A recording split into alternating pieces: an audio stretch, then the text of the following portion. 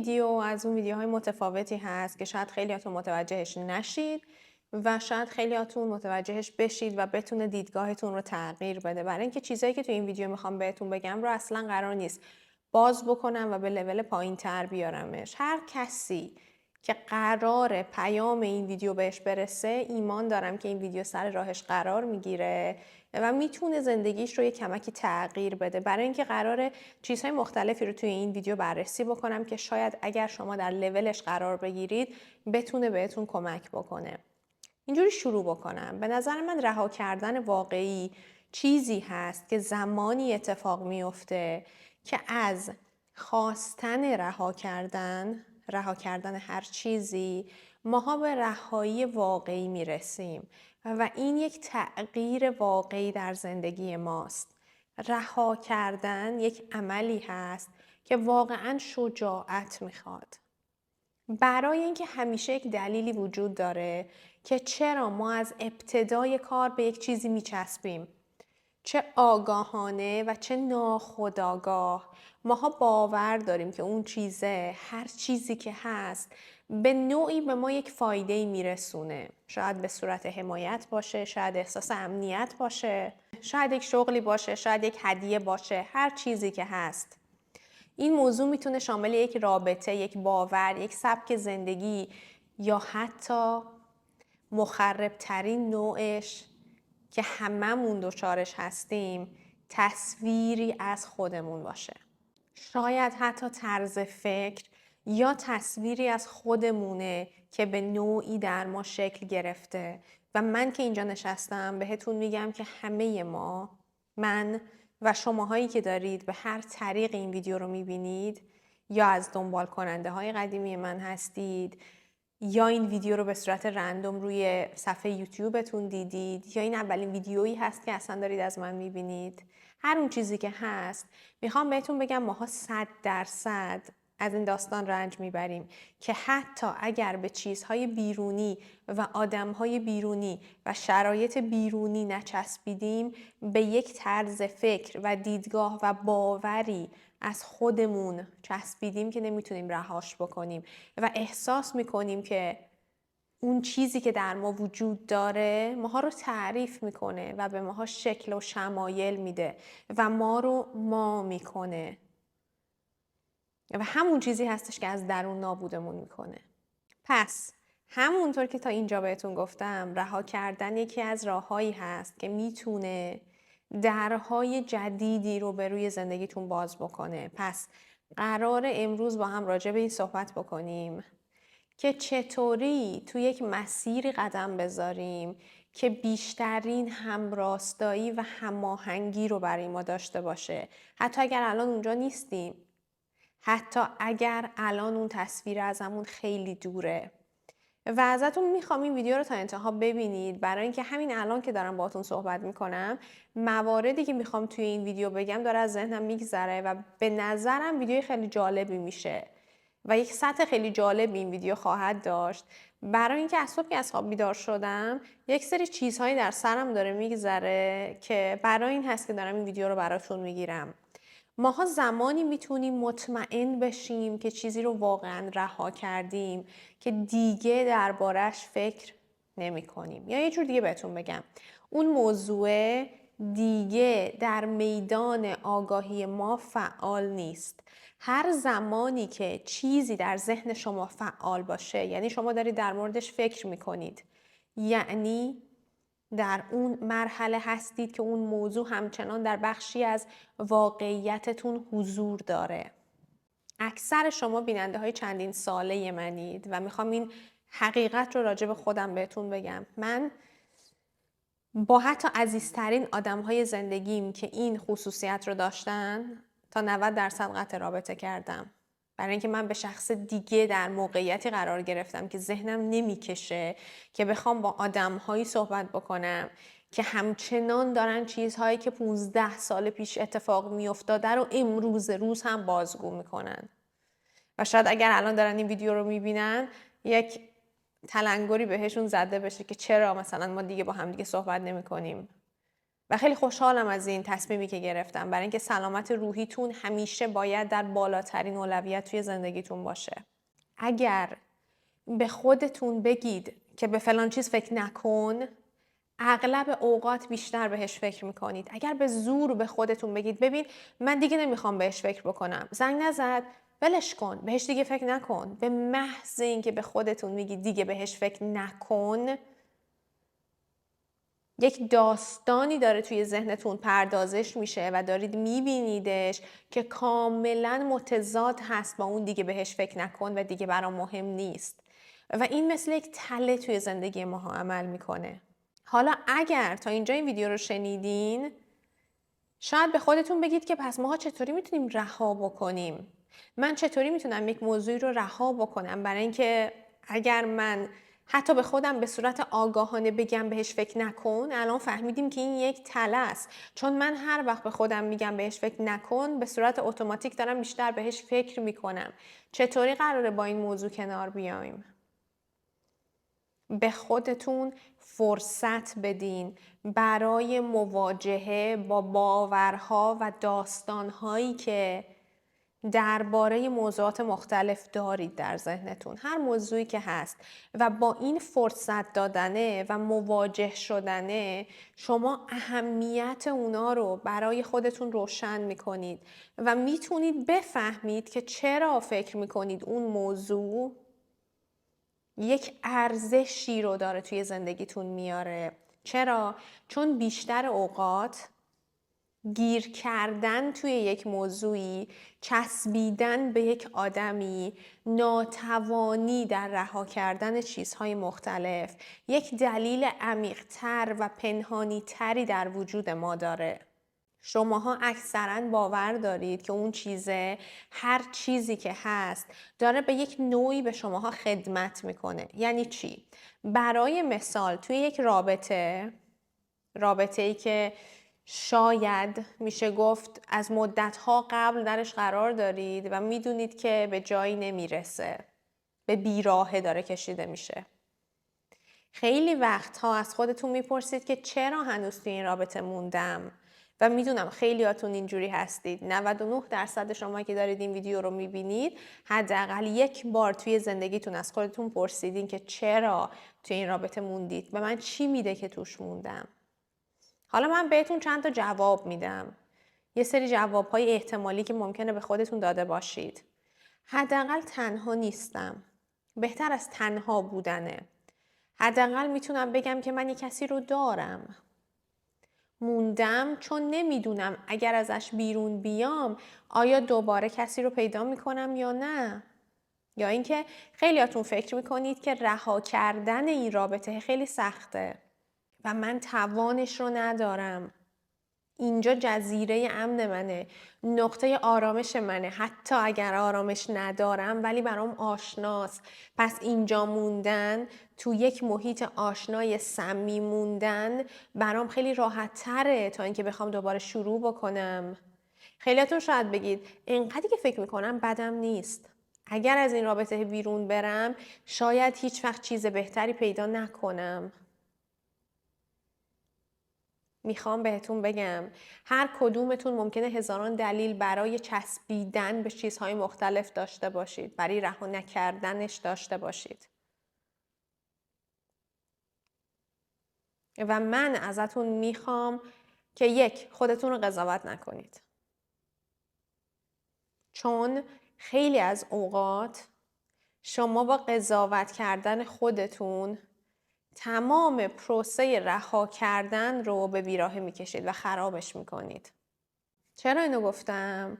چون اون چیزی که اینجا باید براتون اهمیت داشته باشه سیستم باورها و برداشتهایی هست که ما درباره شرایطمون ساختیم و این سوالایی که از خودتون پرسیدین یا جوابهایی که به سوالات دادین فقط و فقط داره به شما نشون میده که چرا موندین، چرا بهش چسبیدین، چرا تا الان رهاش نکردین.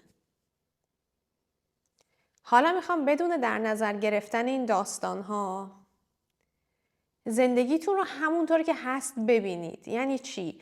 یعنی زمانی که میخواین چیزی رو تغییر بدین یا عوضش بکنید، میخوام این یادتون باشه. یک جمله خیلی مهمی میخوام بهتون بگم.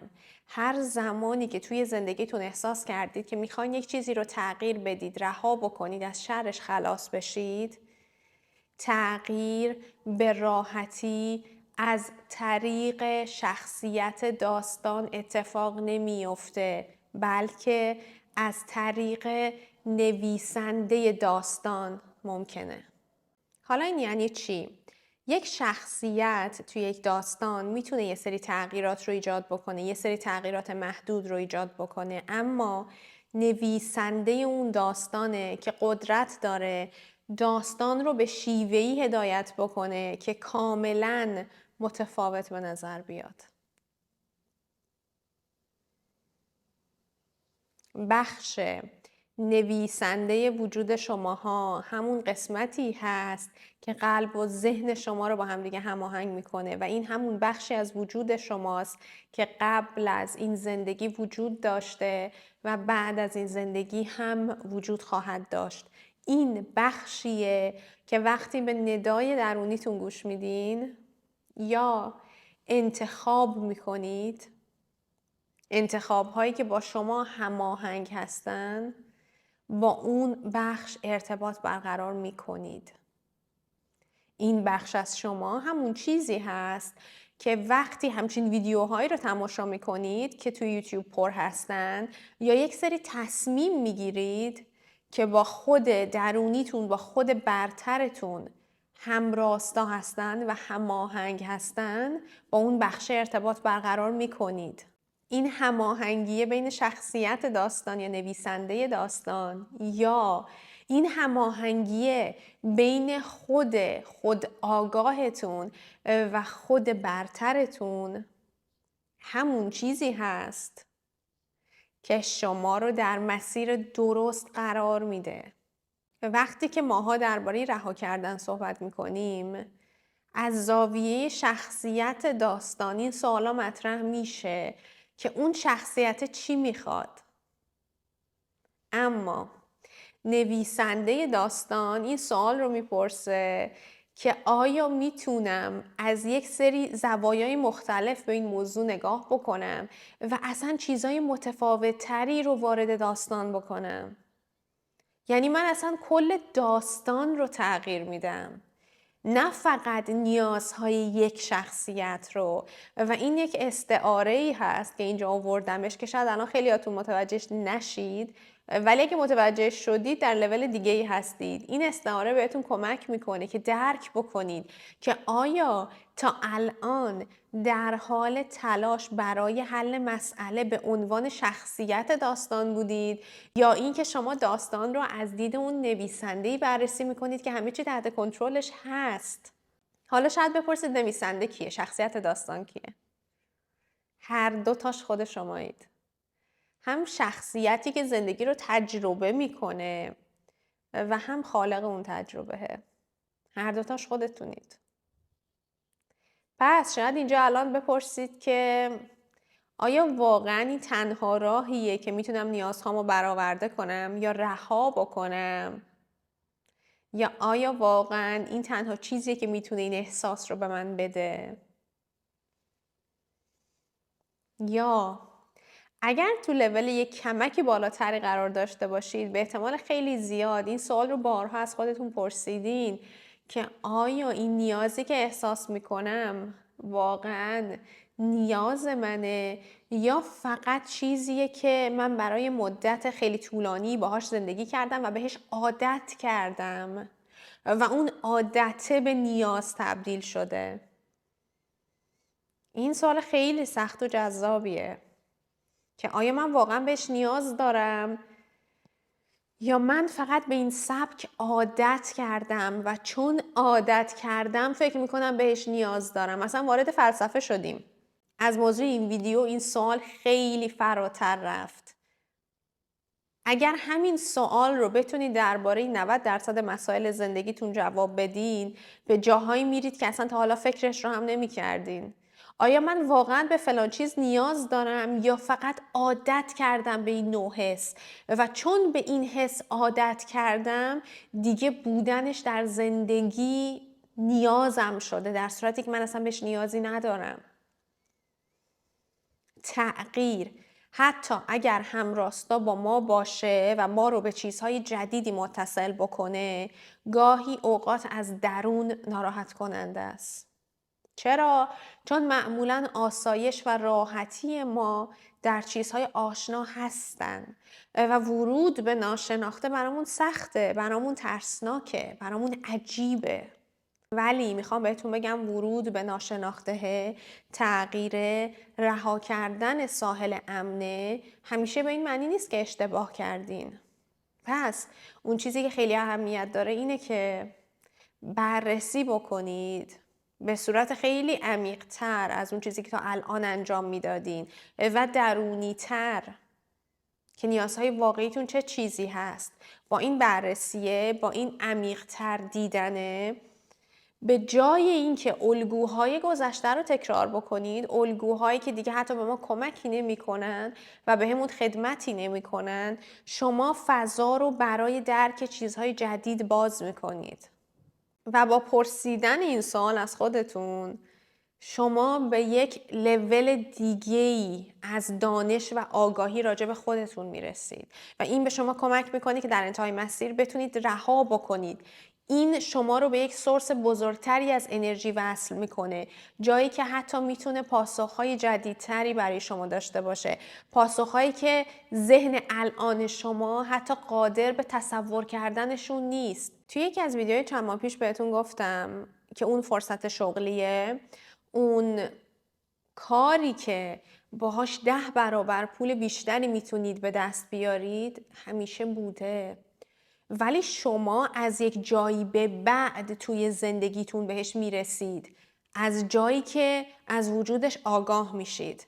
زمانی که به اون آگاهی میرسید تازه میتونید درکش بکنید و این همینه. اون منبع، اون سورسه همیشه بوده، ولی شما زمانی میتونید جوابتون رو ازش بگیرید، ازش نتیجه بگیرید که قادر به تصور کردنش باشید و ذهن شماها الان در حال حاضر قادر به تصورش نیست، چون شما ذهنی هنوز اونجا نیستید.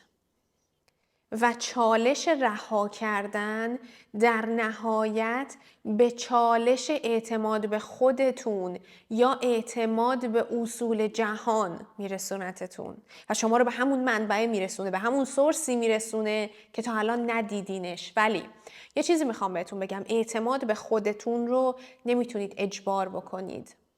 اعتماد از طریق یک سری باورها به وجود میاد. شما نمیتونید بیگدار به آب بزنید، اصلا ذهنتون قبولش نمیکنه. نمیتونید بگید من به خودم اعتماد میکنم و اصلا مهم نیست چه اتفاقی میفته. ذهن شما زمانی اون اعتماد رو قبول میکنه که یک سری الگوهای تکراری دیده باشه که اعتماد به خودتون توی اون الگوها نتیجه داده باشه. مثل وقتی که من میگم همیشه همه چی به نفع منه. من تو اکثر ویدیوهام این جمله رو براتون میذارم که این جمله وارد ضمیر ناخودآگاهتون بشه که همیشه همه چی به نفع منه. شما زمانی این جمله رو از من باور میکنید یا وقتی تو مدیتیشن ها این جمله رو از من میشنوید، 90% ممکنه این رو به عنوان جمله‌ای بردارید در سیستم RISتون که واقعا درسته. اون آدم هایی که RISشون اجازه میده این جمله ازش عبور بکنه و قبولش میکنن، چه نوع آدم هایی هستن؟ آدم هایی هستن که 2-3 بار حداقل تجربه کردن که واقعا همیشه همه چی به نفع منه. فلان اتفاق افتاد، فلان در بسته شد، فلان چیز اونجوری شد که تهش اینجوری بشه که همه چی به نفع من بشه. شما زمانی این جمله رو قبول میکنید که 2-3 بار نتیجهش رو توی زندگیتون دیده باشید. و رها کردن هم همینه. رها کردنه هم با اعتماد به خودتون میاد، ولی به شرط این که شما چند باری از این اعتماد به خودتون نتیجه دیده باشید.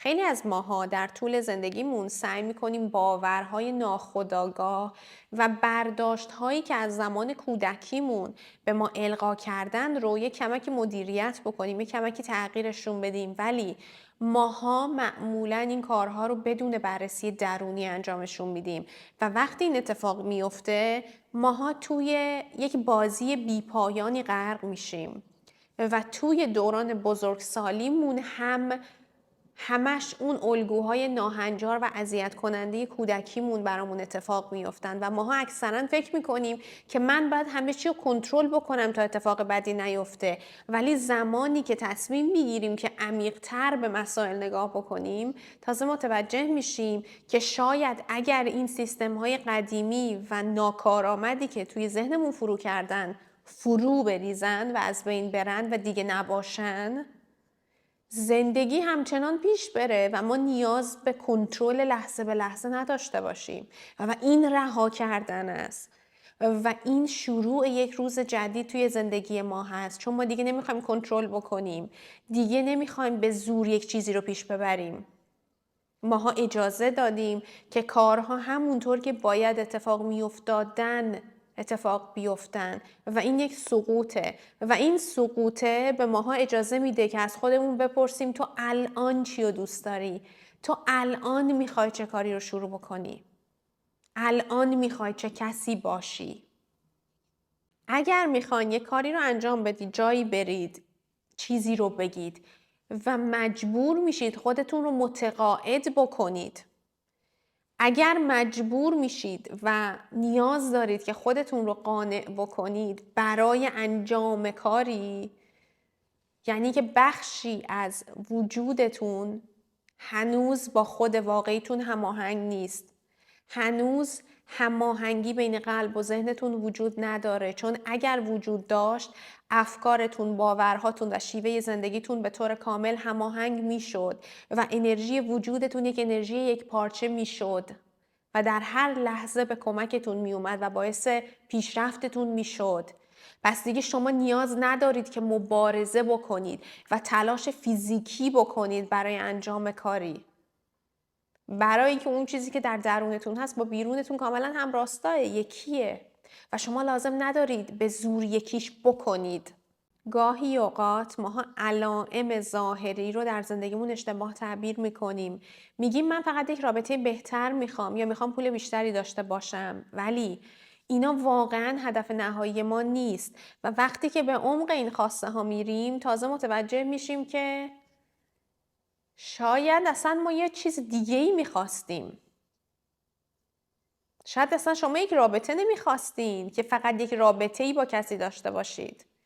شما یک حسی از اون رابطه میخواستین و اون حس در اون رابطه اون چیزی هست که شما کم دارید، نه رابطه. پول اون چیزی نیست که شما کم دارید. آزادی که از پول به دست میارید رو شماها توی زندگیتون کم دارید و اینا خیلی با هم دیگه متفاوته. اینا خیلی با هم فرق داره. وقتی که یاد بگیرید از همین الان این خواسته ها رو به خودمون بدیم، دیگه اهمیتی نداره که چقدر پول داریم، تو چه رابطه‌ای هستیم یا نیستیم. اینو من بارها بهتون گفتم و این همون رها کردن است. همه اینا رها کردنه. تمام چیزایی که تا الان بهتون گفتم، زمانی که به عمق یک خواسته پی میبرید و متوجه میشید چه چیزی کم دارید، شما دیگه دنبال اون خواسته نمیرید. شما دنبال اون احساس میرید و شما توانایی این رو پیدا میکنید که اون احساس رو در وجودتون ایجاد بکنید و وقتی اون احساس در وجود شما باشه، دیگه مهم نیست اون خواسته برآورده بشه یا نه، برای اینکه شما دارید به خودتون خوراک خوب میدید. پس شما 100% اون خواسته رو یه جایی توی زندگیتون تجربه میکنید، چون دیگه به چشم کمبود بهش نگاه نمیکنید. اگر متوجه نشدید چی گفتم، یه کمکی بزنید ویدیو رو و از قبل‌تر نگاه بکنید و اینا همه به همدیگه ربط داره. گفتم اگر گاهی اوقات احساس میکنید که من اگر پول داشته باشم دیگه ته دنیاست و به هر چی که میخوام میرسم، اگر این فکرتونه، شما پولدارترین آدم هم بشید باز مثل اون سگی هستید که دارید دنبال استخون میدوید و همچنان له له میزنید، چون شما اصلا پول رو نمیخواستین. شما یک حسی از داشتن اون پول پول میخواستید و زمانی که یاد بگیرید اون حسی که کم دارید رو در وجودتون ایجاد بکنید قبل از رسیدن اون پوله، شما 100% اون حس رو در دنیا تجربه میکنید. این اصلا قانون دنیاست. شما اصلا پوله رو نمیخواستید. شما حسی که از اون پوله به دست می آوردید رو میخواستید تجربه بکنید. و این رو چرا گفتم؟ چون این از همون رها کردنه میاد. به محض اینکه به عمقش پی میبرید یاد میگیرید که رها بکنید و وقتی یاد گرفتید رها بکنید بدون اینکه خودتون رو مجبور بکنید به رها کردن، همون جایی هست که شما واقعا در زندگی این دنیا اون خواستتون رو تجربه میکنید. و تناقض جالب اینه که وقتی در لحظه حال با احساس رضایت ارتباط برقرار میکنید، به طور طبیعی تجربیات بیشتری رو وارد زندگیتون میکنید، چه بخواین چه نخواین. حالا خیلیاتون شاید بگید که من فلان چیز رو تجربه کردم یا پشت سر هم اینقدر اتفاقای خوبی میافتاد که من اصلا نمیدونم از کجا میومد، من اصلا دنبالش نبودم. این معجزه داشتن فرکانس بالایی هست که از رها کردن میاد. به محض اینکه رها میکنید دقیقاً اون اتفاقی میفته که اول ویدیو بهتون گفتم. اون منبع همیشه اونجا بوده ولی شما هیچ وقت نمیدیدینشون برای اینکه ذهنتون محدود بوده، چون شما همیشه داشتید روی 1 متر جلوتر تمرکز میکردید و اون راه 10 متر جلوتر بوده و شما هیچ وقت نمیدیدینش. ولی به محض اینکه رها کردین اجازه میدید به این منبع، به این سورسی که در اطرافتون وجود داره که چیزهای خیلی زیادتری وارد تجربه این دنیاتون بکنه. و این همون جایی هست که خیلیاتون میگید، این سوال رو من بارها شنیدم که میگید فلانی اصلا تصویرسازی نمیکنه، اصلا نمیدونه تصویرسازی چیه، ولی دائما داره چیزهای خوب براش اتفاق میفته. چرا؟ چون این آدمه، هر کسی که هست در یک سطحی از انرژی قرار داره که به سورس این جهان، منبع این جهان خیلی راحت تر وصل میشه و میتونه باهاش ارتباط برقرار بکنه نسبت به شمایی که هر روز داری تصویر سازی میکنی. و وقتی که ماها به اون لحظه خاص میرسیم از طریق هماهنگی درونی و پلهای اتفاقاتی که در مسیرمون ظاهر میشه، چیزهای خیلی زیادی وارد تجربه این دنیامون میکنیم و این دقیقاً یکی از دلایلی هست که من بهتون میگم رها بکنید. وقتی که رها میکنید چیزهای مختلف رو، وقتی که به عمق اون احساس میرسید و دائما دارید سپاسگزاری میکنید، شما دیگه کمبودی در این دنیا ندارید و دیگه لازم نیست خودتون رو قانع بکنید که من باید فلان چیز رو رها بکنم تا برسم. میشه یک موضوع عادی توی زندگیتون، مثل آب خوردن. دیگه باهاش در جنگ نیستی تا به دستش بیارید. و من تو 2 تا جمله تمام چیزهایی که بهتون گفتم رو خلاصه میکنم. وقتی که میشینید به خودتون میگید من باید فلان کار رو بکنم، فلان کار رو انجام بدم، فلان جور باشم تا فلان چیز در زندگیم اتفاق بیفته، من آدم دوست داشتنی نیستم، برای همینه که هر کی وارد زندگی میشه منو دوست نداره. شما چیزهای خیلی افتضاح تری رو وارد زندگیتون میکنید تا جایی که به خودتون میگید من خوبم، من همون کسی هستم که میخوام باشم، همه چی به نفع من پیش میره. بهترین آدمی که باید وارد زندگیم بشه یک جایی توی مسیر وارد زندگیم میشه و من رها کردم.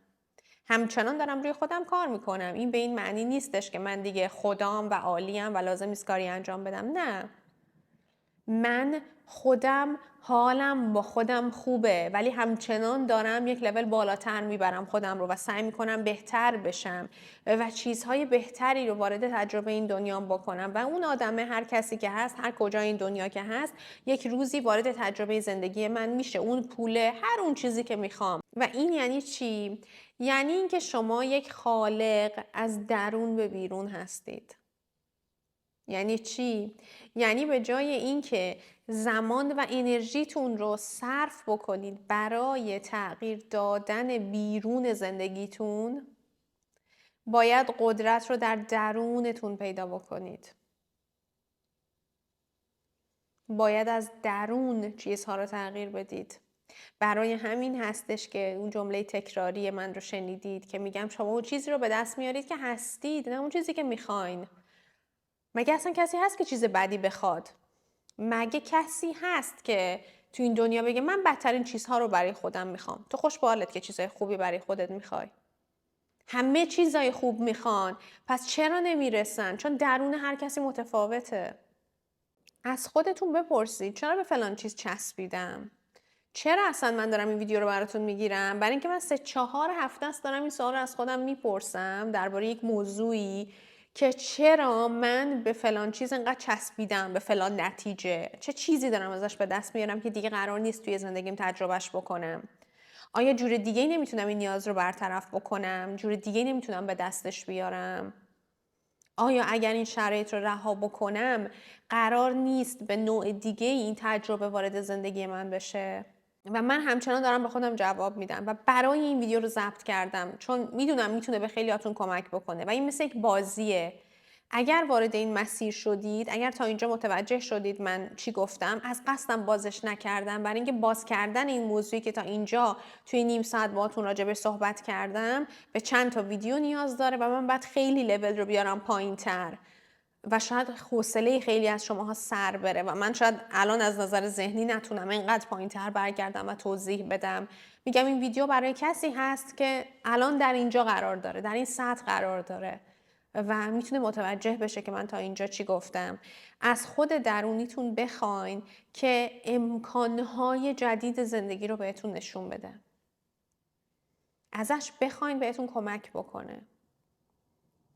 ازش بخواین که بهتون راه درست تصمیم گیری رو نشون بده، برای اینکه راههای خیلی زیادی در مقابل ما همیشه قرار داره و این یک چالشه که بهتون کمک میکنه که بتونید رها بکنید. خیلی برای من مینویسن که من با فلان آدم در ارتباط بودم و اون آدم من رو رها کرده و رفته و من همچنان نتونستم که یک رابطه بهتر رو وارد زندگیم بکنم، تجربهش بکنم و من همون آدم رو میخوام. این یعنی که شما نتونستید رها بکنید. این یعنی که شما فکر کردید اون آدمه، اون رابطه یک منفعتی بهت میرسونه که دیگه هیچ وقت قرار نیست توی زندگیتون رو تجربه بکنی و شما نمیتونید با زور اون رابطه رو، اون تجربه رو فراموش بکنی. نمیتونی با زور رهاش بکنی. فقط باید عمیق‌تر بشین و لایه به لایه پیش برید و ببینید اون رابطه، اون ارتباط، اون شرایط، اون شغل، اون موضوع چه چیزهایی رو بهتون میداد که شما فکر میکنید دیگه قرار نیست توی زندگی به دستش بیارید و تجربهش بکنید. چالش‌های زندگی ما به خودی خود مشکل ما نیستن. به نظر من این چالش‌ها، این سختی‌ها بازتاب یه سری از تجربه‌هایی هستن که در اون لحظه ماها بهشون باور داشتیم. و واقعا اینا فرصتی هستن که ما اون الگوهای قبلی رو بشکنیم و به درون خودمون پی ببریم. من و شما اکثراً به اون ورژنی از خودمون چسبیدیم که فکر میکنیم که بهترین ورژنه.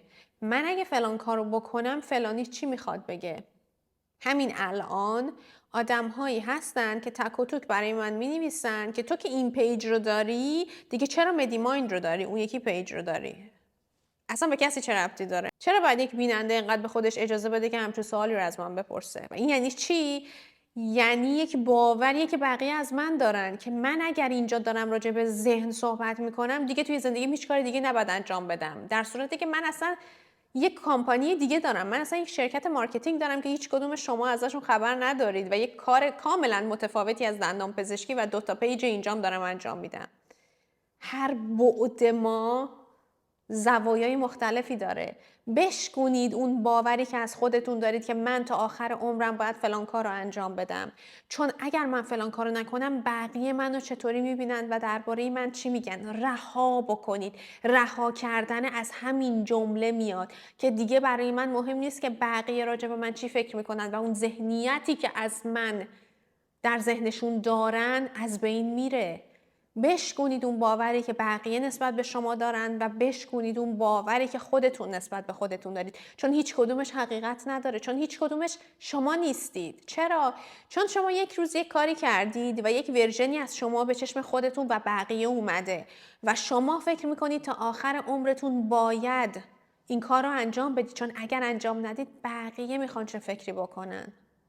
همین الانی که دارید این ویدیو رو میبینید ازتون میخوام به محض اینکه تموم شد برید جلوی آینه وایستید و تک تک اون جاها و موقعیت هایی که به خاطر قضاوت بقیه و شاید حتی قضاوت خودتون نسبت به خودتون از دست دادین رو جلوی چشمتون بیارید، به یاد بیارید چی بود که من ترسیدم به خاطر اینکه فلانی راجع من فلان فکر رو نکنه از دستش دادم. ماها طرز فکر نیستیم، ماها آدمیم. برای همینه بهتون میگم که رها بکنید تمام اون چیزهایی که نسبت به خودتون توی ذهنتون دارید و فکر میکنید شما اینایید، چون شما اینا نیستید. شما اصلا چیزهایی که بقیه راجبتون فکر میکنن نیستین. شما اصلا چیزهایی که نسبت به خودتون توی ذهنتون دارید هم نیستید. شما فقط عادت کردید که این ورژن باشید و چون عادت کردید فکر میکنید که دیگه توی جای دیگه و توی کار دیگه و توی موقعیت دیگه نمیدرخشید و اصلا جاتون نیست، چون من به این عادت کردم. و این همون چیزی هست که معنی اصلی رها کردنه. اصلا قبل از اینکه موقعیت ها، آدم ها و شرایط رو رها بکنید خودتون رو رها بکنید. یاد بگیرید که از قفس ذهنی که برای خودتون ایجاد کردید بیرون بیاید. من یک زمانی فکر میکردم که توی خانواده‌ام که کسی برای مثال کانال یوتیوب نداشته، کسی توی فضای مجازی نبوده، توی سوشال میدیا نبوده، من اگه بخوام این کار رو انجام بدم بقیه راجع به من چی فکر میکنن؟ من چند هفته اینجوری فکر میکردم اون اوایل و بعد از یک چند وقتی به این نتیجه رسیدم که اصلا به بقیه چه ربطی داره. اصلا بقیه رو ول کن. تو اصلا اگه داری برای بقیه زندگی میکنی، تو خودتی، تو تویی و تو فقط یک بار زندگی میکنی. تو فقط یک بار فرصت داری این دنیا رو تجربه بکنی. یه بار 20 ساله میشی، 25 ساله میشی، 30 ساله میشی، 50 ساله میشی، 60 ساله میشی. فقط یه باره. و چرا این رو باید برای اینکه بقیه نسبت به همون فلان فکر رو نکنن خراب میکنیم؟